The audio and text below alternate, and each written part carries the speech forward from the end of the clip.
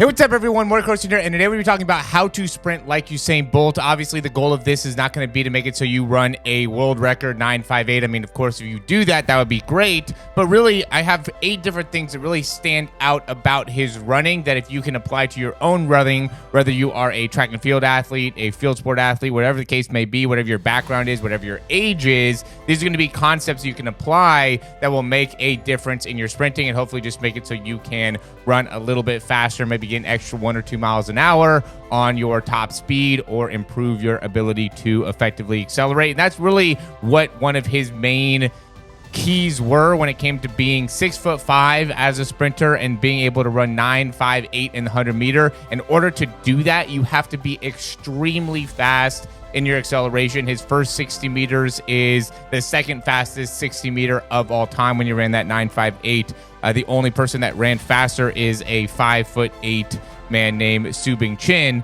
And just to give a context of like how quick he really was with the acceleration, which is what we'll get into. So the first thing is going to be that during this, it's just the drive phase in general. Obviously, we have Usain Bolt here. We're going to have a split screen because we're going to get into top speed as well. And this is a very good slow motion of his top speed on the left. But when we look to see his acceleration, his drive phase, how he's able to get into his top speed. And I already did the counting for you. It took him 15 steps. So notice how he's staying down. This is step 15, which is going to be about 30 yards typically. All right. So for him, it's going to be about 30 yards, 15 steps. And so it just took him a very, very long time. And he was very patient during that acceleration. But to just get to his top speed is in the patience to get to the top speed and working on the acceleration phase is important when it comes to your understanding of being able to run fast. I probably watched this video about 30 to 50 times just in slow motion, just continuing to watch him accelerate, continuing to watch him get to top speed, and just pointed out what really stood out about what he's doing and compare that to what a lot of times I see with athletes that kind of struggle with the acceleration. In 3 to 4 steps, they'll be close to their kind of top speed position, right? All the way upright. Where again, he took 15 steps where he's down and forward. And so people that struggle with their ability to accelerate, their ability to even get to their top speed or run fast, a lot of times don't have enough patience during that acceleration phase, which ends up making a big difference. The next thing is if we look to see, and obviously he's tall, so it helps him, but even Tyson Gay, who's 5'10 or 5'11, somewhere in there, he's even taking pretty good sized steps with Usain Bolt, right? They're both taking very long steps, but landing on the front part of the foot. So that's a big part of acceleration is, again, long strides, take plenty of distance in your steps, and then still land on the front part of the foot as you are striking the ground. And this allows you to be a lot quicker with the foot contact. And I think if you pair that up with just being effective with the arm swing and the things that really stand out with the arm swing here, again, this is comparing to what I see a lot with people that are struggling with their running technique, is he does a really good job of keeping his hands very up and tight as he's coming forward. Okay, so he's not wasting a lot of motion going out here. He gets his hand kind of right up to his forehead and then pulls straight back with the arm from there. Not out to the side, not down and back, but just straight back with the hand. So as you're accelerating here, we really want to get the hand right up to kind of the nose, forehead, and immediately pull right back. That's going to help with being quick off of the ground. If you have a long stride and you're landing on the front part of the foot, but you're spending a lot of time on the ground, that's not going to make it so you're very fast. A great way to make it so you could be quicker with the foot contact is going to be being quicker with the arms. How can we be quicker with the arms? Is one, as we're coming forward, make it so our hands staying very tight to the chest, very tight to the head. And then 2, as we're going back, the action wants to go straight back and the elbow wants to go straight back. Again, not off to the side, not down and back. And so the better we can be, the more efficient we can be with the arm swing, the more effective we're going to be with our ability to maintain or get to top speed and be efficient during that acceleration phase. And then what we see here, once he gets into his top speed, he's really does a great job of just pushing his knees straight up in the air. Look at how when he pushes off the ground, he's driving the knees kind of straight up, and then he gets the foot all the way out in front. Again, we could use this angle as well to kind of see in slow motion how good of a job is as he's pushing off the ground, he's really driving those knees up and getting those feet all the way out in front to then have, and this is the next one, a very hard foot strike. So when we see how much force he's generating into the ground, he's getting close to 1,000 newtons or pounds of force into the ground. He's about 200 pounds, creating almost 1,000 pounds of force. I think on the left side he does create 1,000 pounds of force. Yeah. Right side he creates over 1,000, left side a little bit under 1,000, but still that's about 5 times his body weight of force in the ground. So how does he do that? Again, he's tall, so it helps to have those long levers, but when you could push those knees up and get the feet out in front and then be active with the foot strike. So when you're accelerating and you're getting through that drive phase, getting into your top speed, we want to then start to have the concept and the idea that we want to be able to get plenty of height in the foot in front of you, so then we could be very powerful with how we're striking the ground.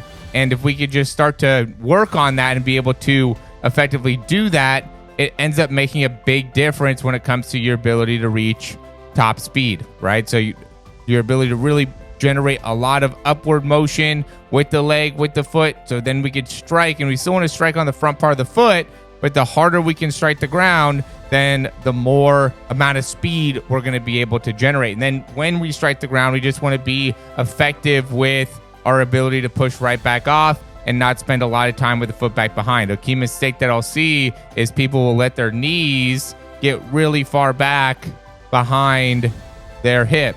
Okay, you want to keep your knees underneath your hip during that push off, so then you could immediately drive that foot right back through. Look at how good of a job he does of, again, generating so much force into the ground, 1,000 pounds of force, but then in just a few frames is pushing right back off the ground to make it so then he could cycle that leg up and through, getting right back into the next foot strike. When it comes to being able to be one of the fastest in the world, you have to be able to do that effectively. And then once he gets to his top speed, he's just relaxed. He's very quick with his ability to toe off and get the heels up.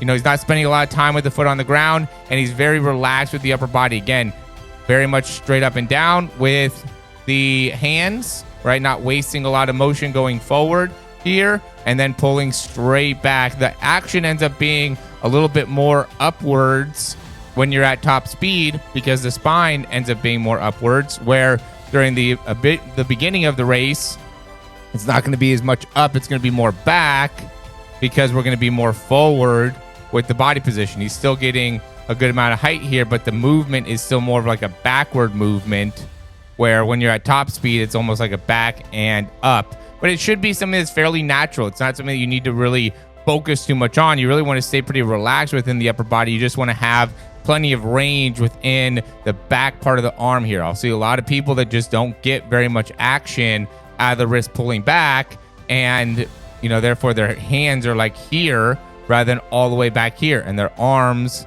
are more at that angle rather than having that full 90 degrees, nice and open chest, which I think ends up being really important. And then the last thing, and this is something I talk about all the time on multiple one of these videos with multiple different types of athletes, and I think that once athletes start to really understand it, even from a very basic level, and then consistently work on it to make it so you have a better and greater understanding of a better feeling for it, this is where you can really separate yourself when it comes to sprinting at a higher level and even playing any degree of sport at a higher level. Is how well are you able to control your ankles, especially at high speeds, your feet, your ankles at high speed. So you can see as he's coming through, he's getting a lot of height here with his foot, with his ankle, okay, 19 degrees. And then when he's striking the ground, he's striking the ground with now his foot facing the other way. So he's gone through about 30 degrees of range of motion within his ankle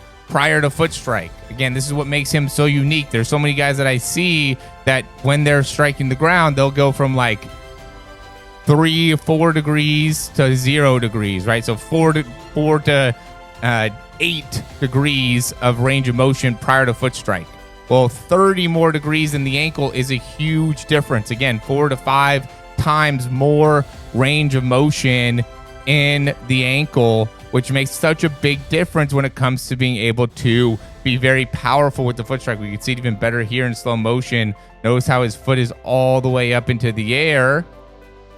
And then as he's striking the ground, he's really pulling that foot back. So now he's landing on the toe. So he went from his toe facing straight up to now his toe striking with the heel off the ground. And then is again very quick to push off. And this is what ends up being important is notice now his foot is all the way back. So he goes through the full range of motion within the ankle. He's getting full extension here with the foot, with the ankle. And then now is immediately driving the knee up and through and getting the foot extended back out in front. So now the toe is facing up. And then he's going to get all the way back, so his foot is facing all the way back. So that amount of range of motion that you're going through within the ankle is a critical part of being able to run fast. And what Usain Bolt does, and really for that particular one, is something that all the top sprinters do that make it so they're able to run faster than novice sprinters or people that are just slower. So if you could put those 8 things together, I'll go over them real quickly again. First one, drive phase, 15 steps. You don't have to have 15 steps, but if you can get to 15 steps, I think that's great. Long strides, land on the front part of the foot is number 2. Number 3, quick arm swing. Make it so your arms are coming straight up and forward and then pulling back. We're not going down. We're going straight back with the arms. Number 4 is patience through that acceleration. Don't be in a hurry to get into your top speed positioning in 3 to 4 steps. Again, 15 steps of acceleration. I bring that up almost twice here because of how important it is and because of how often I see people miss that. Number 5, push the knees up. As we're accelerating, we need to really be pushing the knees all the way up so then we can get the height within the foot. Number 6 is hard foot strike. Once we get to our top speed, we want to be understanding that it wants to be powerful with the foot strike. That's where the last one, number 8, comes into, is the movement of the foot and the ankles, right? We're not going to be able to generate a lot of power if we're not moving our ankles effectively. So we want to be able to understand hard foot strike. Number 8, use the ankles. And then number 7, I guess technically going back, I mean, we're going to get all 8 of them, is once you get to your top speed, now we want to be very quick and very relaxed with the upper body. We don't want to be too tight and limited with the range of motion. We want to get those hands all the way back behind the hips, then get the hands right back up to your cheek as you're coming forward. Don't waste motion coming forward or going kind of too far up with the arms. We want to be nice and quick, nice and tight, pull them right back, make it so we can be effective with the ability to cycle the arms and relax and not allowing that to restrict our ability to maximize our speed. So 8 things that we could do to be able to run faster. I hope this ends up being very beneficial for you. If it is, like and subscribe down below. You can check out in the description down below some of the things that we do to help athletes in being able to run faster. Again, whether you're a track and field athlete, field sport athlete, we do a lot of stuff to be able to help you better understand the mechanics around running fast. And I love doing it. I love helping athletes, and we've done it a ton of times. Time and time again. I have a couple different things that I really focus on within the acceleration, within the top speed, that makes a very, very fast difference for people when they can start applying it effectively. So again, thanks for watching. We'll talk to you soon.